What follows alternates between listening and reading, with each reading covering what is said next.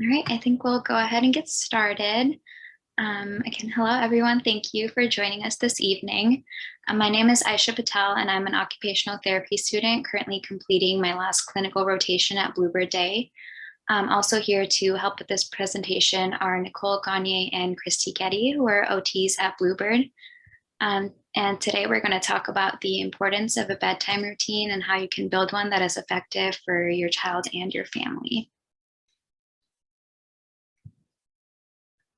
So to start off, what is a bedtime routine? A bedtime routine refers to a consistent, repetitive set of activities that are completed before bed every night. Bedtime routines can vary, but often consist of relaxing, calming activities that help your child unwind from the day and prepare for sleep. And then a bedtime routine can usually consist of 3 or 4 activities. So for example, bath time, brushing teeth, reading a book, etc. And so why is a bedtime routine important? Research shows that children who follow bedtime routines are more likely to go to sleep earlier, take less time falling asleep, sleep longer, and wake up less during the night. And these benefits can be seen in children even years later.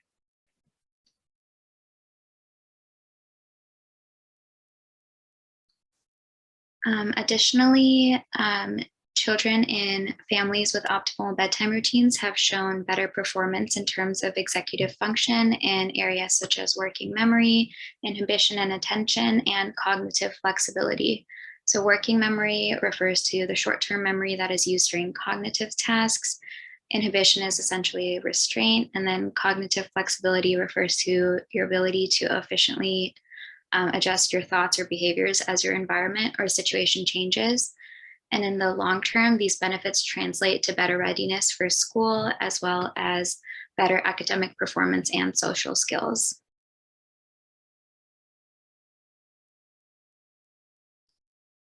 A bedtime routine can also affect social emotional development. So, a consistent nightly bedtime routine can help foster parent child bonding, as this gives caregivers the opportunity to be present and engage interactively with your child. It can improve parental and child's mood, reduce stress levels, and reduce problematic sleep behaviors. A routine also gives your child a sense of security, as it provides the structure and predictability that a lot of our kids benefit from.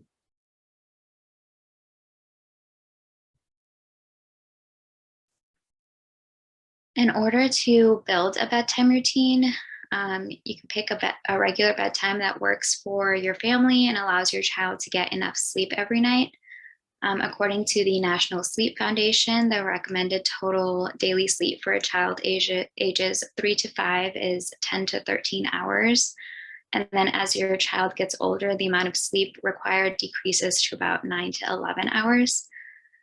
And the bedtime activities that you choose should be done in the same order every night. Using visuals can also be very effective for our kids. You can try using a visual schedule or a first then board so your child knows exactly what to expect next. Using a checklist can also be effective, and you can have your child be an active participant by helping them helping you cross things out as you go through your nighttime routine. You can also start preparing for sleep before even beginning your bedtime routine by starting to wind down the household as you dim the lights and turn off screens. And then we'll also go more in depth into the effects of screen time later in this presentation. But the most important thing to remember is that consistency is key when building a bedtime routine.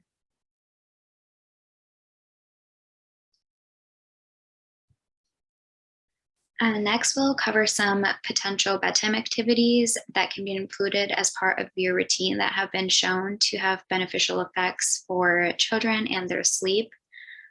So when included as part of a bedtime routine, nutrition-related activities such as bottle or breastfeeding if you have a younger child, or a nutritious snack can promote aspects of child's health, cognitive development, parent-child bonding and attachment, and sleep. A large body of research indicates that proper nutrition during early childhood is necessary for physical health, including adequate growth and the prevention of illness. Proper nutrition during early childhood also helps to support brain growth, whereas protein malnutrition and micronutrient deficiencies inhibit cognitive development. Additionally, hunger and sleep both play a role in homeostatic regulation, and they're interrelated processes. So malnutrition and appetite suppression are associated with dysregulated sleep. So therefore, feeding prior to bedtime could promote sleep, particularly during early childhood when nutritional needs and feeding frequencies are increased. Typical recommendations are to feed at the start of the bedtime routine to avoid negative sleep association with sleep onset.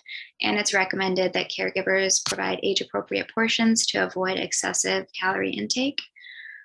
Furthermore, inclusion of too much fluid at bedtime may result in need for nighttime voiding, which can disrupt your sleep. So finding that balance for what works for your child is important.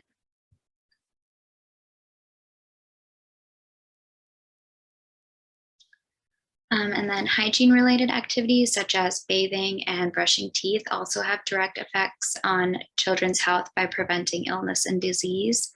Adequate skincare and regular bathing promote skin barrier functions, including thermoregulation, gas exchange, hydration, and protection against infection. And then studies have shown that health-related quality of life is higher among children who engage in regular dental hygiene and who have healthy teeth, both during younger years and during later development. So including bathing and teeth brushing as part of a consistent bedtime routine may facilitate early learning of proper self-care and health-related habits, which are important for subsequent health-related quality of life and psychosocial functioning.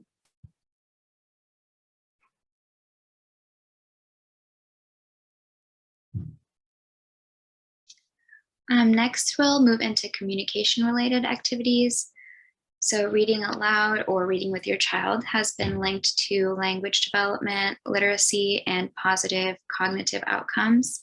It also positively impacts oral language abilities and emergent reading skills, which are necessary for school readiness and subsequent academic achievement.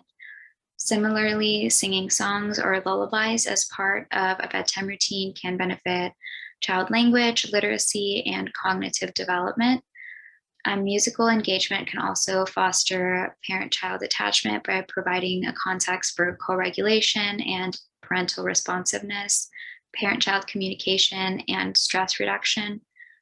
Singing songs or lullabies to children may also decrease child arousal and increase relaxation, thereby promoting sleep onset.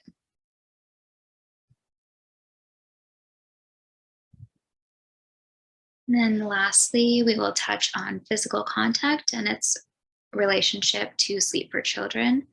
So cuddling, rocking, and snuggling before bedtime may help to promote child's health, mood, and emotional behavioral regulation, parent-child attachment, and child sleep. Parent-child physical closeness at bedtime provides opportunities that may facilitate co-regulation, maternal sensitivity, responsiveness, and emotional availability. And there's also some evidence on massage therapy with its ability to decrease cortisol and increase serotonin and dopamine, suggesting that massage therapy could reduce stress and promote positive mood. Engaging in infant massage may also benefit parent-child attachment by providing opportunities for positive parent-child interactions and also increasing maternal sensitivity as well. Evidence linking massage with better early childhood is mixed. However, several small studies have demonstrated some positive effects of massage on sleep, though more research is still needed in this area. And now I'll pass it on to Nicole, who will start with environmental setup considerations to promote better sleep for your child. So now that we know about why bedroom routine is so important, I'll kind of talk about how you can set up the environment to promote these healthy sleep patterns. The number one, decluttering their bedroom or sleeping space. This can be a part of the bedtime routine itself, encouraging them to clean up their toys, homework, books, and any other clutter or objects that might shift the focus away from sleeping. And if you can, try keeping screens out of the room altogether. It's also important that the bed is reserved for sleeping only. So having a separate space for toys, books, and screen time versus the bed is important so that kids can connect that mental association between bedtime versus playtime. And lastly, room temperature is really important. Studies have shown that an overly hot bedroom can interfere with sleep and cause fatigue the next day. So setting the thermostat a few degrees cooler generally promotes better sleep. So overall, just assess the temperature of the room, the bedding, and sleep codes to decide what combination is best for your child.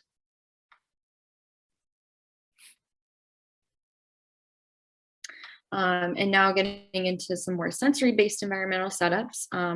Lighting is really important. So bright lights from electronic screens and even household lighting can delay the onset of the sleep hormone melatonin, making it harder to fall asleep.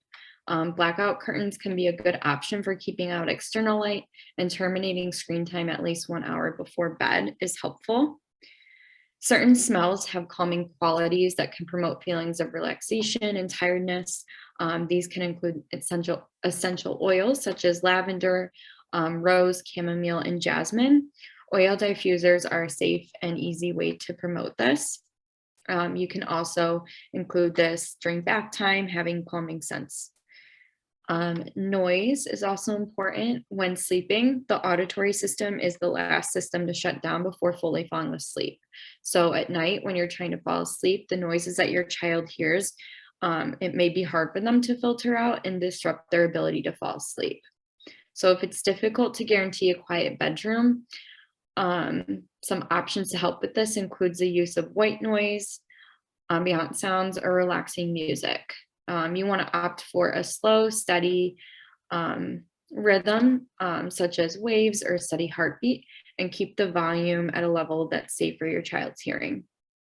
Noise canceling headphones and earplugs can also help to block out unwanted noise. And lastly, comfort. There are certain textures that can relax or arouse your child. So looking at the bedding, you want to make sure that it provides the optimal level of pressure and temperature to allow your child to sleep peacefully throughout the night. You also want to consider the material of the bedding and make sure it's comfortable and that they're wearing pajamas that are relaxing for your child.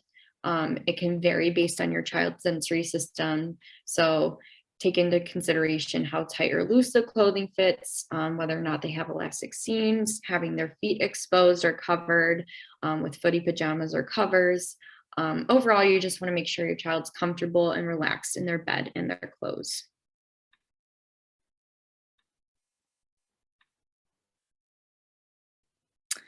All right, so now I'm going to get into some sensory-based movement that you can incorporate into your routine to help promote relaxation. And the first thing is proprioceptive input, which is any deep pressure that's applied to the joints. And there are many ways that you can incorporate this into your routine, including tortilla or burrito roll-ups, rolling your child up into a blanket and giving them some deep pressure, rolling a large therapy ball over their body, hugs, squeezes, and joint compressions, a weighted blanket or a heavy quilt folded up to increase weight and pressure. A Lycra compression sheet is a really good alternative to a weighted blanket. And then again, tight-fitting pajamas or compression clothing at bedtime, depending on whether or not that's calming for your child, but that can create that deep pressure that is calming for some kids. But if your kid is a little bit more tactily defensive, you might need something else. You can also encourage heavy work and weight-bearing activities prior to bedtime. So this can include wheelbarrow walks, animal walks, bear walks, crab walks, or have your child help with evening chores like wiping the table down after dinner, sweeping the floor, carrying the dishes, loading the dishwasher, or putting heavier things away in the cupboard.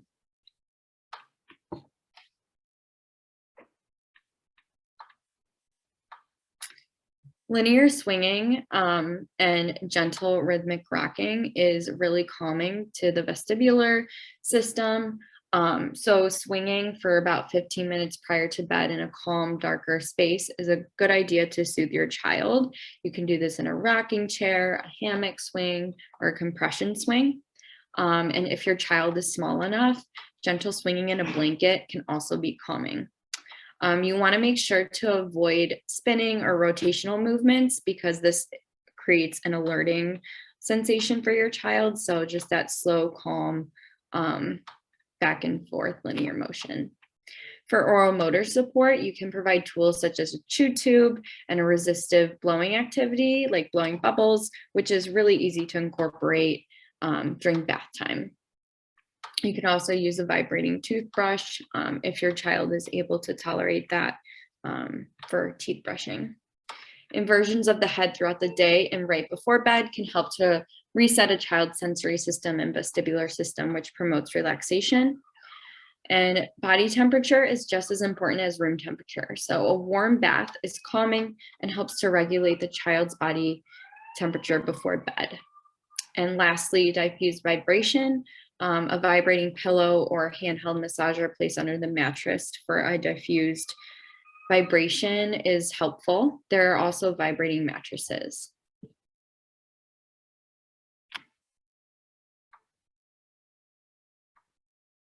So separating at bedtime, this can be just as tricky for parents as it is children.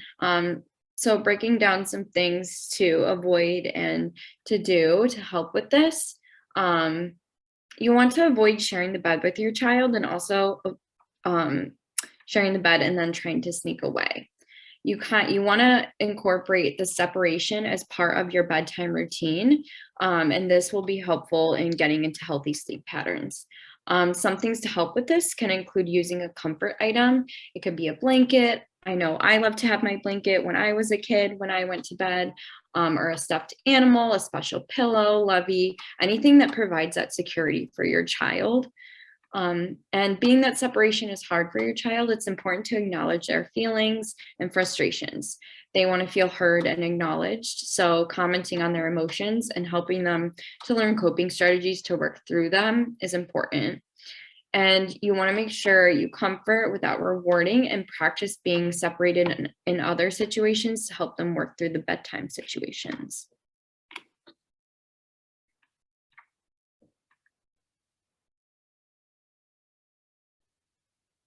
All right, so screen time, I feel like this could be a topic within itself, but we're just going to talk a little bit about the effects of screen time on the brain and how it can affect sleep. So blue light is a full spectrum of visible light that consists of short wavelengths that increases arousal levels. It can come from digital and electronic devices such as TV, phones, tablets, computers, video games. It can also come from sunlight and fluorescent light bulbs. Blue light exposure close to bedtime can disrupt our sleep and wake cycles or circadian rhythm. It promotes alertness. It affects hormone secretion, specifically suppresses the production of melatonin, which is a sleep hormone. And then that affects the brain's ability to shut down at the end of the night. And it also affects the brain's ability to adapt to changing situations. So overall, blue light can have many health effects on both children and adults in regard to it affecting melatonin production and sleep. Children are more sensitive to light. They have larger pupils, which makes their eyes more vulnerable to blue light exposure. Additionally, a child's age and developmental stage may also determine this impact. Researchers found that children who had not gone through puberty experienced significantly more melatonin suppression in response to evening light compared to post-puberty adolescents.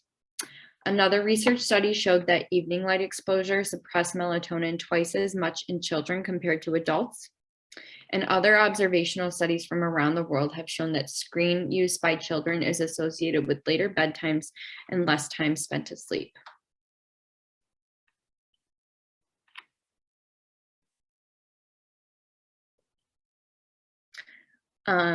All that said, exposure to some blue light during the daytime hours, particularly from sunlight, is a healthy promoter of energy and concentration.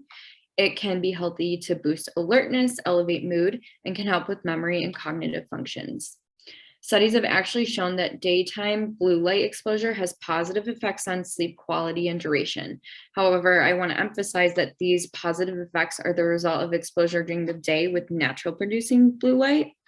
And at night, as I mentioned, devices that produce artificial blue light has a negative effect and can disrupt the brain's ability to produce melatonin, and help the brain turn off.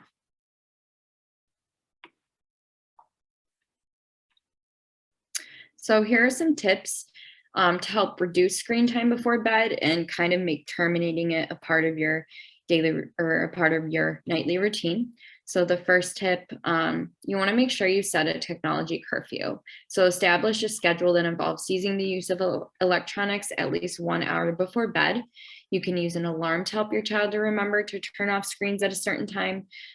Some devices have settings where screen time can be turned off. It's important that the child is provided with cues and prompts prior to the termination to know when and what to expect. And this can help to prevent or reduce tantrums related to this. You want to make sure you create technology-free zones. So after terminating screen time, you want to transition to their bedroom or another calming space free from zones or free from phones and devices to reduce that blue light exposure. Leaving the devices outside of the bedroom is helpful to reduce that temptation and exposure to blue light. And some calming activities before bed may include taking a bath, reading, puzzles, coloring, painting, any of that sensory-based movement that we talked about earlier. And it's also important as a parent to lead by example and limit the use of screens prior to bedtime. And if completely eliminating screen time an hour before bed is unavoidable, here are some things that you can do. There's blue light filters. There are special glasses that filter out blue light that might help combat the adverse effects of blue light before bed. There are blue filtering apps.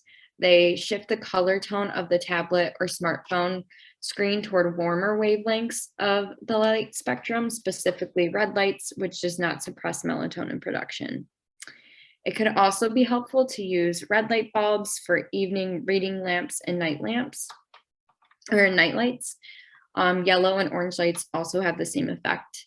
And as I mentioned earlier, there are settings on your device that you can use to help with this. Sometimes there's a night mode or dark mode that changes the screen background to black and reduces blue light exposure. So, and lastly, as I mentioned earlier, it's important that kids are getting that daytime light exposure, lots of bright, natural light, and this helps to synchronize circadian rhythms and promote sleepiness at bedtime.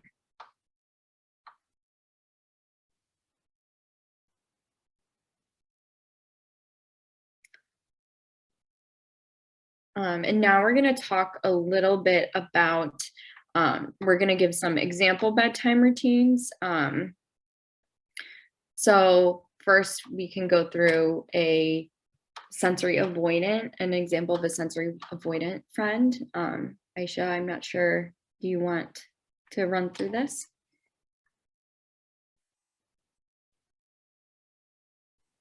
Yeah, sure.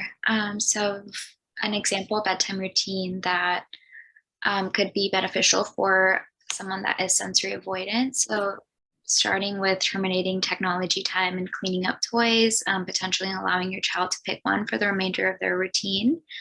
And then presenting your child with a checklist to know what's expected of them.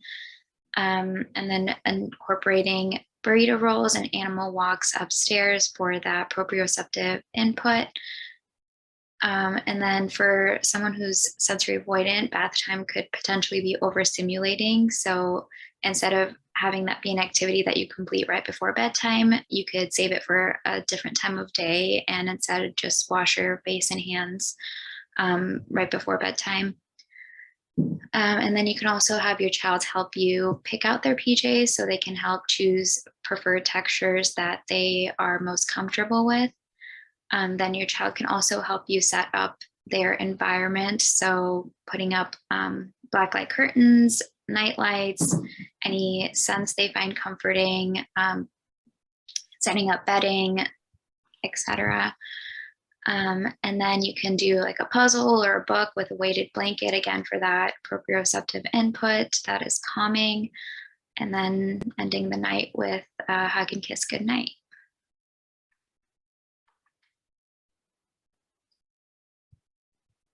And then next we'll go over an example bedtime routine for a sensory seeker. So a child who needs that, that is constantly searching for that sensory input. So starting off that bedtime routine with helping to clean up after dinner, such as clearing and wiping down the table and taking out the trash. And then you can have your child help you clean up their toys, and then bear crawl or do some animal walks up the stairs for proprioceptive input. And then during bath time, you can incorporate some of that resistive blowing exercises through making like a bubble tower. Then reading a book in the rocking chair for that linear rocking movement that is calming for your vestibular system. And then donning a weighted blanket, again, for that proprioceptive input, that deep pressure that is calming. You can also do some deep pressure massage and joint compressions before bed, and then end the night with saying goodnight.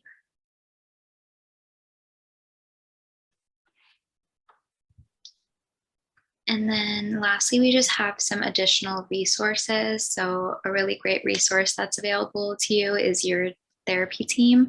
You can reach out to them to help you collaborate and build a bedtime routine that's specific to your child. Additionally, we've attached a document here that has a lot of different sleep-related resources that you can use, such as like a sleep checklist, first then chart that you can customize, a bedtime routine chart. It has some specific apps that are helpful for sleep. And then there's also some links there for sensory-friendly clothing and furniture that could be helpful for your child. And that is the end of our presentation. We're now open for questions or comments.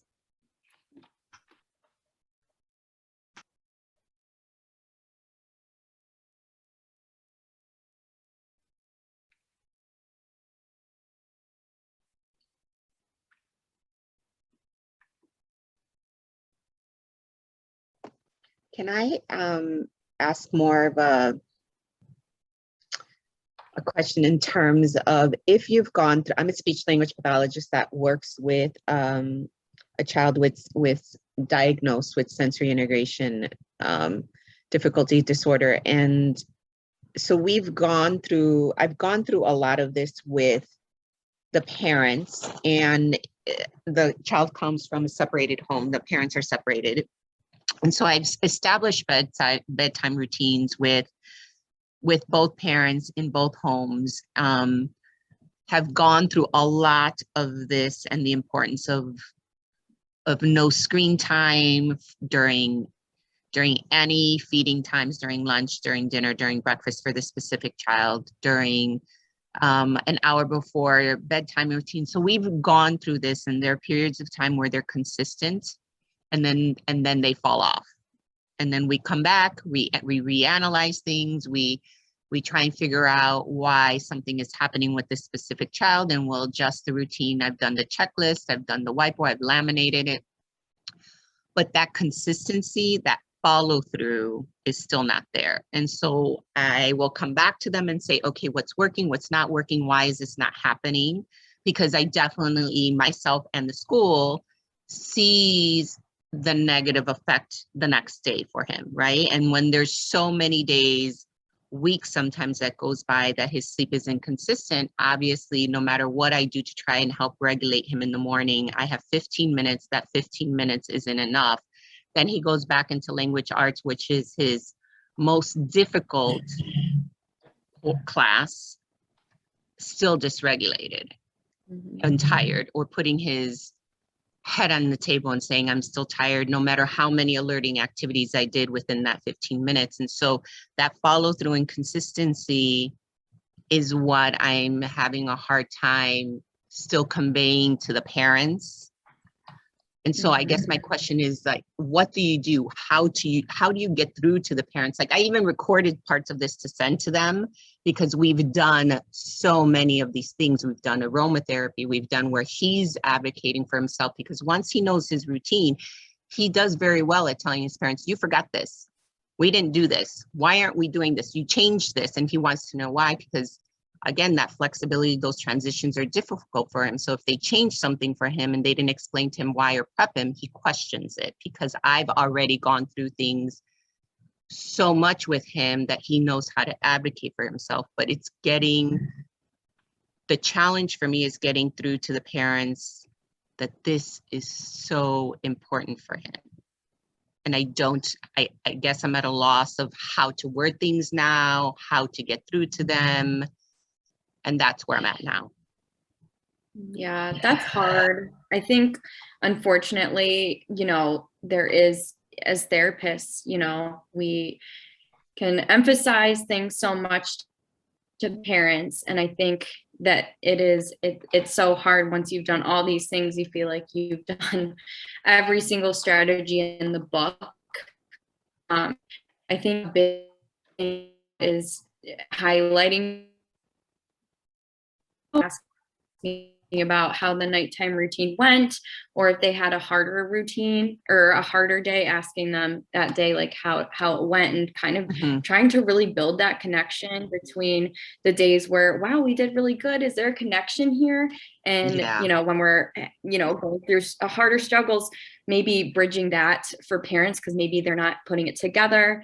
And maybe kind of, I know you've probably done this, but getting to the root of like why, like what is going on where we cannot be consistent with this for a longer period of time, if that makes sense. And is there something, are we just in a different environment? Are we, kind of the why, getting to the root of like why there is that inconsistency. Obviously it is hard, life is crazy and, so I can imagine that is hard for a parent to stay consistent, but as a therapist, there is so much that we can do. And it sounds like you've done everything possible. I get, and it's one of those things like, again, we came to Ayesha Landing for an evaluation. And so we will be starting therapy, and the therapist that will be helping us will be helping reestablish this bedtime routine and adjusting it. And so I'm hoping between myself and the occupational therapist that we'll get through to that and retry some things that we've done and they fell off, like his massaging and deep pressure routine that we established before. They did it, and I asked the dad, okay, something happened in January, and he says, I stopped doing it. And I said, why? And he says, I don't have an answer. I just stopped doing it. And I said, okay, but again, it's one of those things that I come back to you. If I haven't said we're switching something, that means, remember I said we're continuing that until I analyze it and say it needs to be switched. And so he says, you're right. I just stopped. There's no reason. And I wonder if there's a way that you can somehow hold parents accountable by giving them a checklist before bed, or giving them some sort of like visual. Oh, that's a good idea. Yeah, so because that they can be held accountable. Yeah, because they have a checklist. They have a checklist that says, okay, here's his bed, right? And he checks off the things that he's supposed to do and he's done already. Like he can turn off his lights, he's brushed his teeth, he's done all these things. And then he'll check off, yes, either a caregiver or mom or dad have done his deep pressure massaging routine, and he says he's in green now. They've done it, he's completed, he goes into bed, but don't have one for the parents. Yeah, so maybe don't have one for the parents. Might be helpful in just holding them accountable. Yeah, that's true. I don't have one because he's the one that tells them, or he'll tell me, my bedtime is supposed to be this time, but mommy and daddy put me to bed at this time yesterday. And I'll say, oh, that's 3 hours later than you're supposed to. This is why you're this way. Or he'll say, dad was in a hurry and he told me when I was in green, but I wasn't in green. And then I had to address that with the dad. Like, remember, you're supposed to ask him. You don't tell him when he's in green. Yeah. And the dad will say, and he says, wow, he really tells you everything. I'm like, yes, he advocates for himself. He does tell me everything. So that's a good idea. Thank you. I'll make sure I incorporate that. Thank you so much. Yeah, of course. I was also thinking, just to add to that, something you could try too is, because obviously you're seeing the benefits when he comes to school and is regulated after those routines happen. Maybe asking them when they get there, like, did the routine happen last night? And then showing them at the end of the day, these are the things he did at school. And we can tell that he had a good night's sleep, and kind of just like having that follow through with, this is what we see when he does have a good night's sleep, because you're seeing it, but maybe they're not always like present to see those effects during the day. That is true. That's one thing that I have to be more consistent with. Like, I will tell them, I'll even send them videos sometimes, but it's not like an everyday thing that I do, or even an every week thing. But when he's doing really great, I'll say, wow, that means he's had enough sleep from enough days. Look how he did today. Or if he had a really off day, I immediately message them and say, is there something that we should know about yesterday or the day before? He's really struggling today. And then eventually it comes out that, yeah, he had a hard night or something like that. But that's a good idea of me being more consistent, or even sending him a quick message in the chat, like, he did great today. You know, how was the bedtime routine? That's a good idea too. Thank you. Yeah, of course. Anyone else have any questions or comments or insight? Hello. Hello. Yes, I have a question. Most of the stuff that I read online and in classes that I attend, it has to do with, they kind of separate being sensory avoidant and, sensory seeking. It's sometimes challenging when your child is both and displays both. Do you have any hints or advice on how to tell what is calming him down and what may not be calming him down? Because it seems like he switches. Well, that's my question.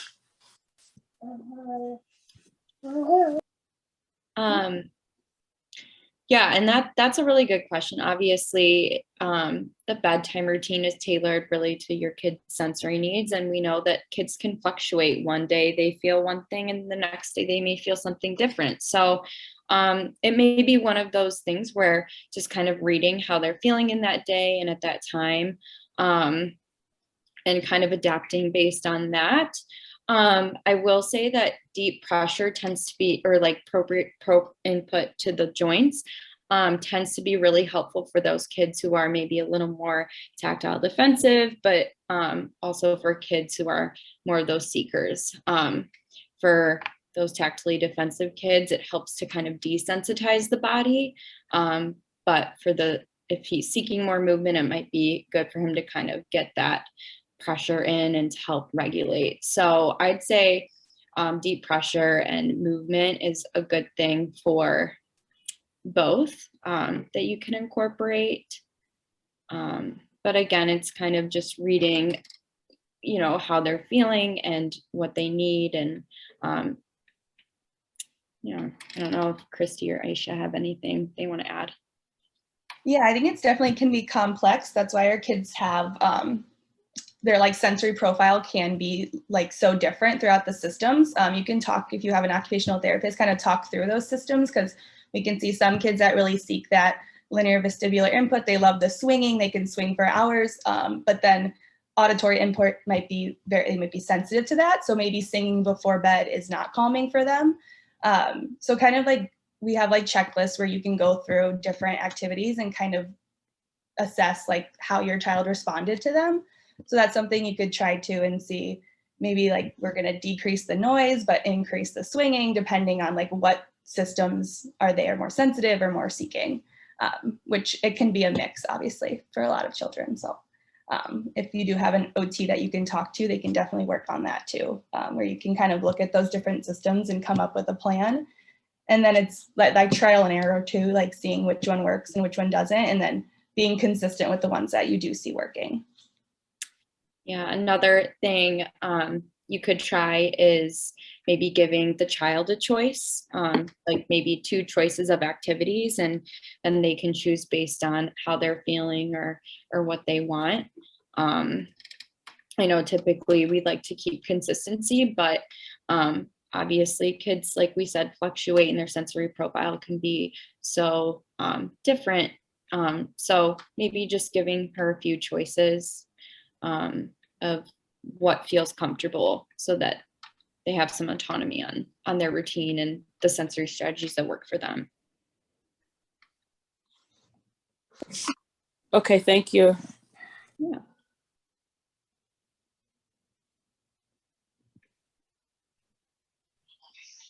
I have a question. Okay. Can you hear me? Yes. Hi, yes. I'm Ruby. I'm a COTA, and I have a kiddo who has a lot of sleeping issues. One of them being still in the crib, in like the living room, and the mom has to be like in the couch because he's not able to be in his own room at this time.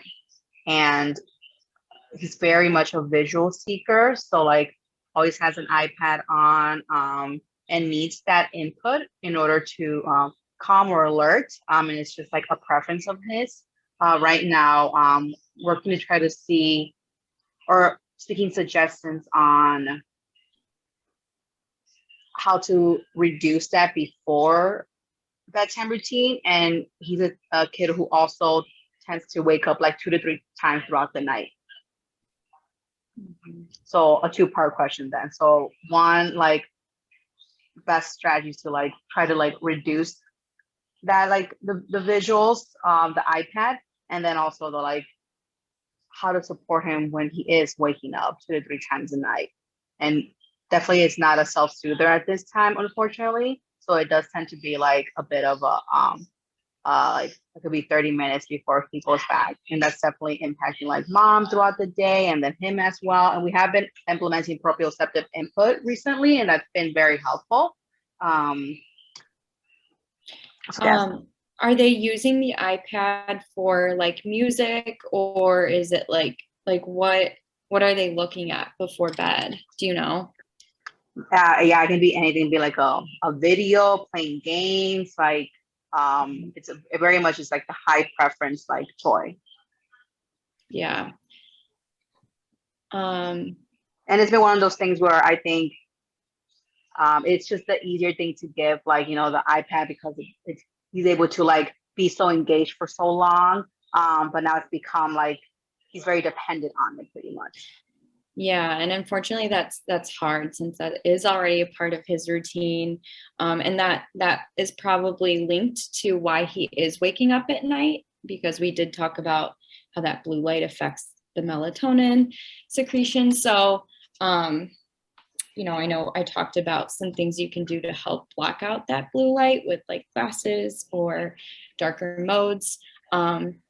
But yeah, I like the darker mode. I didn't think about dark mode once, so I have to verify with mom, see if they're already using that. But that was a good point. Yeah, see if there's any way just to reduce that, if you know eliminating the screen time altogether is really not an option. But and also say maybe start to fade out using that screen as part of that routine. So maybe starting to decrease the amount of time that they use screen time before bed. And finding other ways or other activities that are helpful for the child. If they're playing games, see if you can play, or if they can play a game that isn't on the screen, like maybe a board game, or I don't know, different kind of game, or play with toys, or if they like songs, maybe singing a song in replacement of that iPad stimuli that they're getting. Yeah, and I like the option of like the coloring or something else that is already soothing that they like, because that's been something recently that the child has explored and likes. So Mhm. I immediately wrote that down, and that's going to be a suggestion I have to try to implement that as a pre-bedtime routine. Yeah, See if even that if will it's help. 10 minutes of screen time, and then put it away, and then color, and kind of starting to fade that out. Yeah, that'd be good. Like first, then also strategy to try to implement as well. Yeah. Yeah, and I don't know if from your research or anything, if you noted or from any experience of kiddos who take like medicine, like this kid in particular has a lot of allergies, so he does take like Benadryl, and mom thinks that might be why he's waking up, like it's fading out throughout the night, and that's why she thinks he's waking up. I personally think it's probably more of the screen time, or it could be a combination of both. Yeah. Yeah, it's hard to tell which factor exactly is contributing to that, but I would say that based on the research that we've talked about and that we know about screens, that once that is reduced, he will probably wake up less throughout the night. He might still wake up, but maybe less. Yeah, exactly. Okay, well, thank you. Yeah.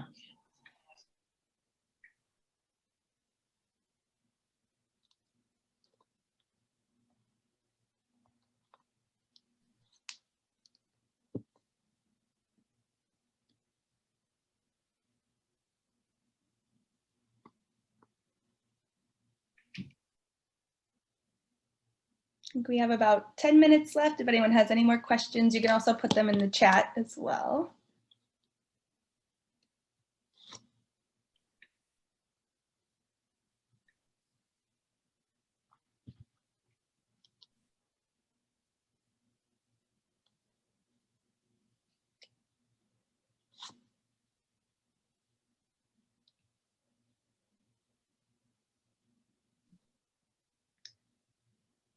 Well, I guess if we don't have any more questions, I guess we can wrap it up.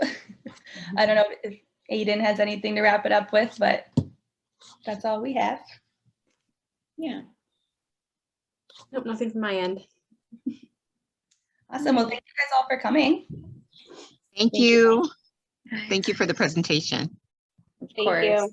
Thank you all. And those were some great questions. So, yeah, thank you, everybody.